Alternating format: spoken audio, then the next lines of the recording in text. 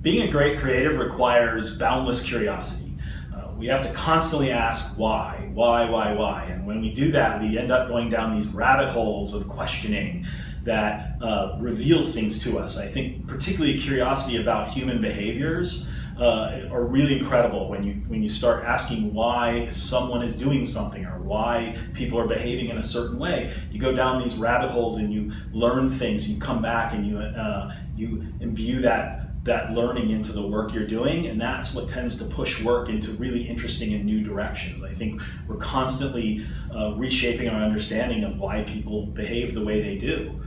So I think curiosity about other people is really fascinating. You know, I love creatives who talk about going to the grocery store and all the things they observe people doing at the grocery store, when most of us just walk in, pull the stuff we need off the shelf, and try to get out as quickly as possible. So I think that kind of curiosity is really important. I think the other thing is that the ability to sell, which is oftentimes not considered a creative responsibility, I think, especially for people who call themselves artists. But the reality is that great ideas don't go anywhere unless you can sell them. And I think that you have to be able to take your idea and then sell it to your collaborators, your partners, to your clients. And I think without that ability to sell, you are hobbled essentially as a creative. So great creatives have the ability to sell their ideas with passion and fire. And then finally, I think that great creatives are really invested in the response that their work is provoking.